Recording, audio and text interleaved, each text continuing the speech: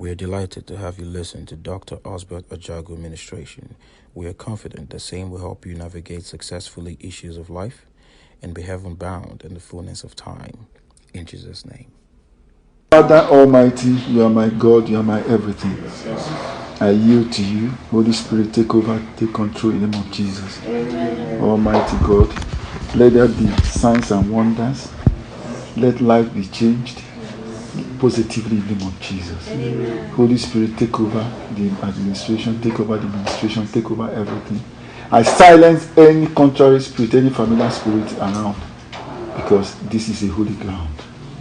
I worship you, adore. Let me diminish, Jesus Christ increase. Thank you, Father Lord.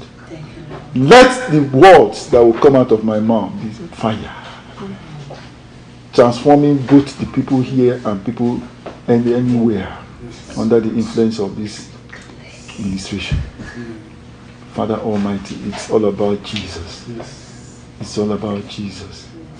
You are the Alpha and the Omega, creator that was not created, the omnipotent, omniscience, omnipresent God, the Lion of the tribe of Judah, the I am that I am, Lord of Lords, the ocean divider, the rainmaker, the Lion of the tribe of Judah again, the ever-forgiving God, the merciful God.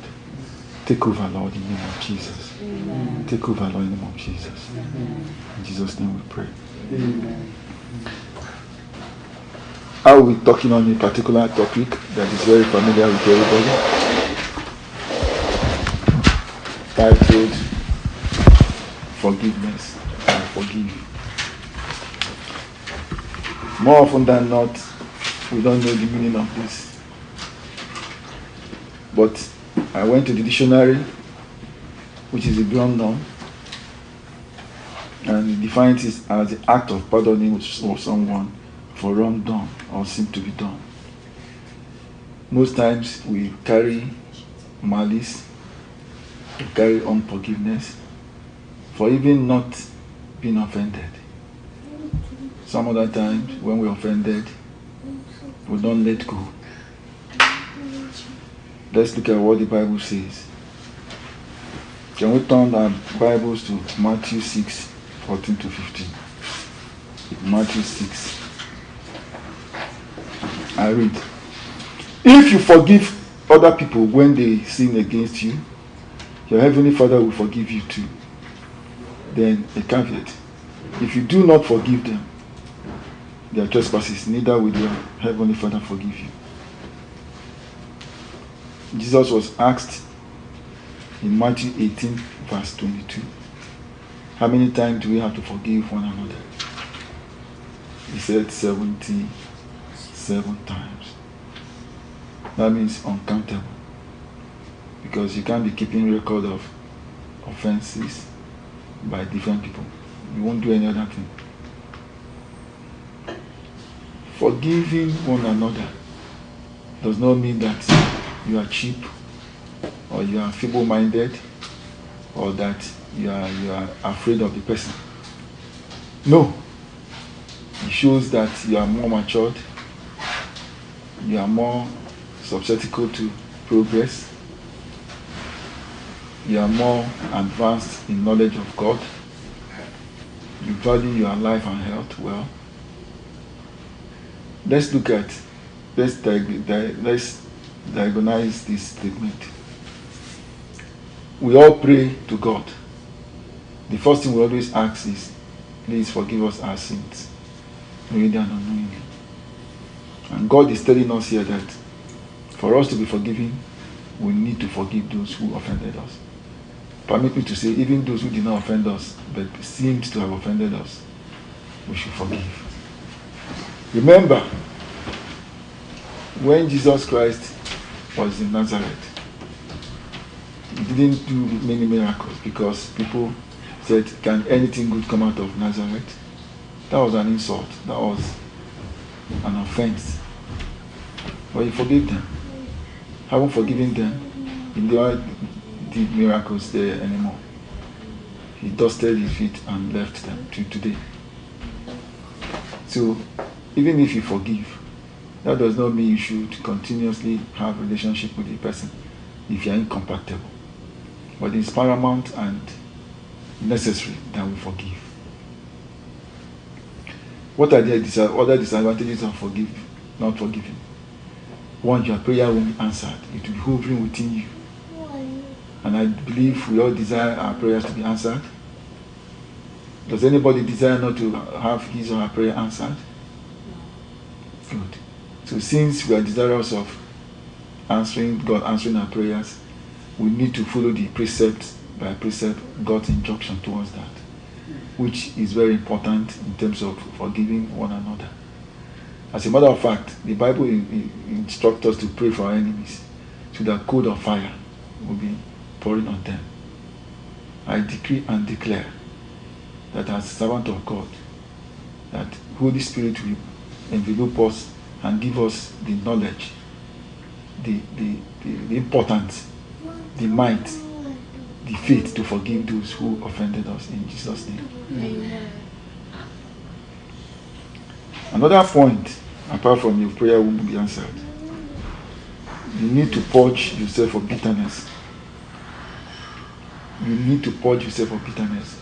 As long as you have not forgiven somebody who has offended you, you have bitterness in you, and that will make you not to be happy. I tell people that one thing is certain: even if you don't desire this forgiveness, I'm forgiving you.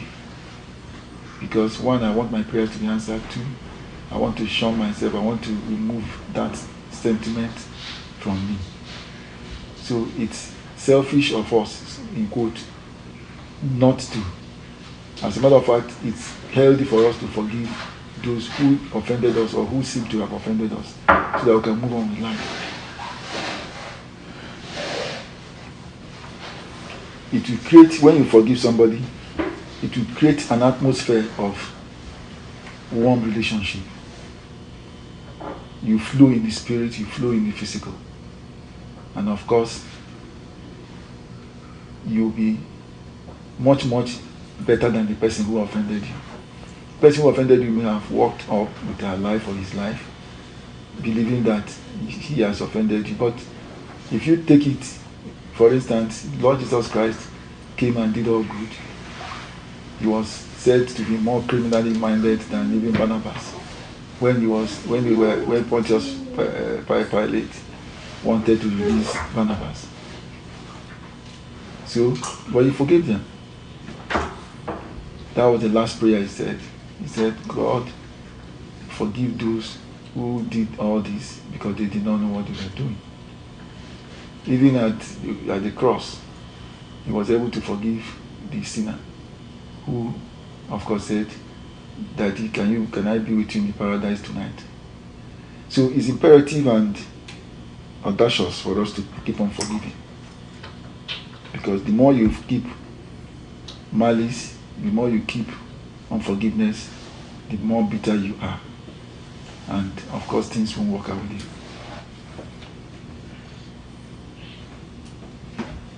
Like I said, if you remember, Lord Jesus Christ said, if you're about to drop an offering and you remember that you haven't settled the case with your brother, leave that offering there and go and settle the case. That means go and sort it out and get forgiven or forgive him who has offended you.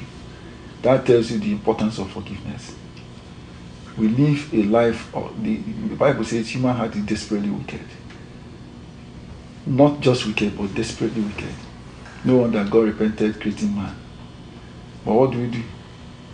People will just be in their houses and be cursing you, be abusing you, be disrespecting you.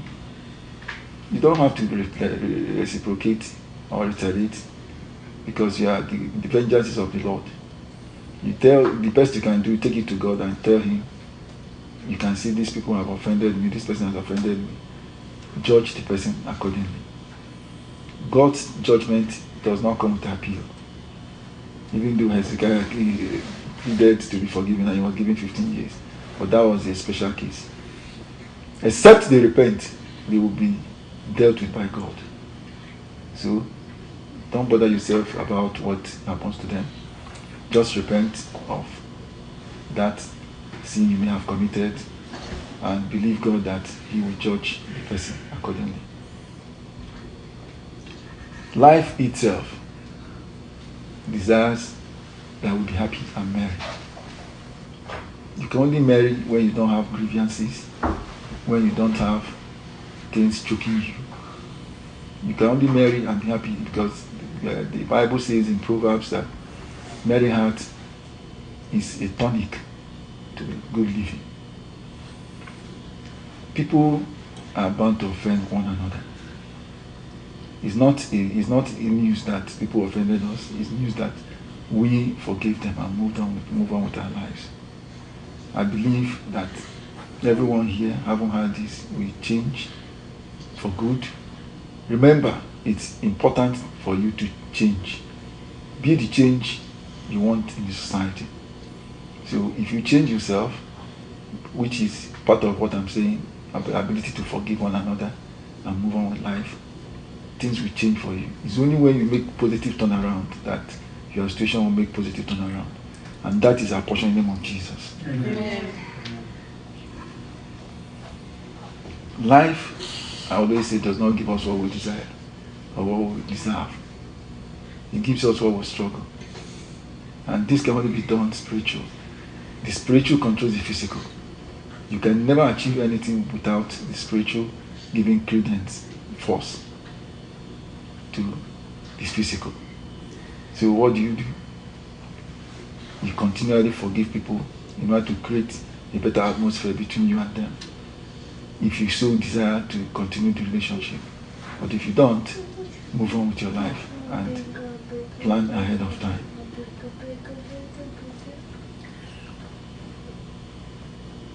Is the greatest, how do I put it? Forgiveness is the greatest setback or hardest thing to do. But guess what? It's the best thing that can happen to you. It may seem as if you are a fool. It may seem as if you are gullible. It may seem as if you are too soft. But guess what? He who revenges will revenge on your behalf. And like I always say, God's judgment does not have appeal. So if that's the case, don't be at the offending side so that the wrath of God won't come against you. In everything, the Bible says, seek and pursue peace with all men. That is seek. That means you have to look for it, you pursue it, and pursue peace with all men. That does not mean all men will like you. The Bible says, if your ways are pleasing to the Lord, even your enemy will be at peace with you. So, don't bother yourself whether they are at peace with you or not. Just provided you seek and pursue peace with all men. They are not bound to be at peace with you. But when you are at peace with God, they will be forced to be at peace with you. So what do? You please God, not human being. Because human being is not capable of doing things. The Bible says, fear he who can destroy the soul and the body, and not he who can destroy the body alone. So make peace with God. Try to make peace with men, but that should not be against the will of God. Whatever you are pursuing and making peace, make sure it's within the context of God's injunction to us. I will try to be making this exhortation 5 minutes because people like short message. I don't know whether it will benefited anything, but one thing is certain: God is the avenger. Don't bother yourself about how to forgive. Just forgive the person and move on with your life. Any clarification?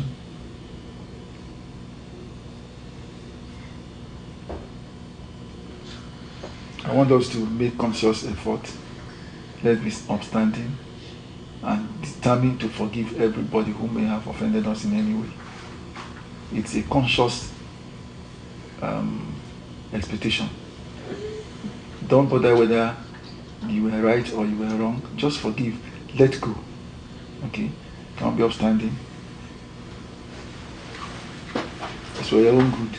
You detoxify yourself of bitterness and all that. Father, in the name of Jesus, amen. It is your word that we should forgive those who offend us in any way. We as a group wish and wishes to forgive everybody who may have offended us in any way in the name of Jesus. Give us the tenacity, the heart, everything we need to put this behind us in the name of Jesus and move on. So that our prayers will be answered, so that our lives will be fulfilled, so that we'll be blessed amongst men and women in the name of Jesus. Father, let us shun bitterness. Let us shun whatever that is not of God in us, and give us power to serve you throughout our lifetime. In Jesus' name we pray. For more information and prayer requests, feel free to email us at pentiumministries@gmail.com. Thank you.